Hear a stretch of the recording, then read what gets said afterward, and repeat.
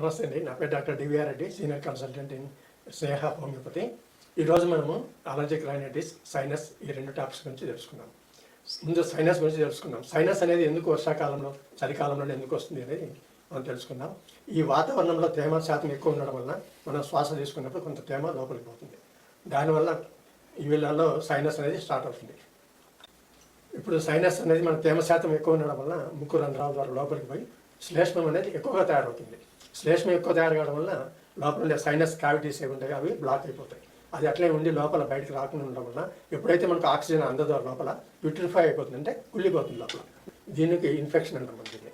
ఇలా ఉన్నప్పుడు ఏమవుతుందంటే ఒక్కొక్కసారి కంటి కింది భాగంలో ఇన్ఫెక్షన్ వచ్చినప్పుడు అది స్వెల్లింగ్ వచ్చేసి వాపు రావడము, రెడ్డిగా ఉండడము, తర్వాత చూపు కూడా డిస్టర్బెన్స్ అయిపోతుంది. ఇది ఒక సింటమ్ సైనస్లో.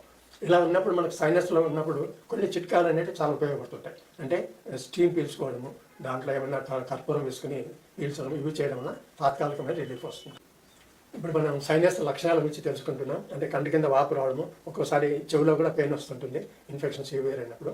ఫస్ట్ వచ్చేది స్టార్టింగ్లో డైరెక్ట్గా సైనస్ రాదు. ఎందుకంటే స్టార్టింగ్ ఫస్ట్ రైనైటిస్ వస్తుంది. దాన్ని ప్రాపర్గా ట్రీట్ చేయకపోతే ఈ రైనైటిస్ పై సైనసైటిస్ అవుతుంది. ఎందుకంటే ఇది పక్క దగ్గర ఉంటుంది, ముక్కుకు సైనస్ క్యావిటీస్ దగ్గర ఉంటాయి.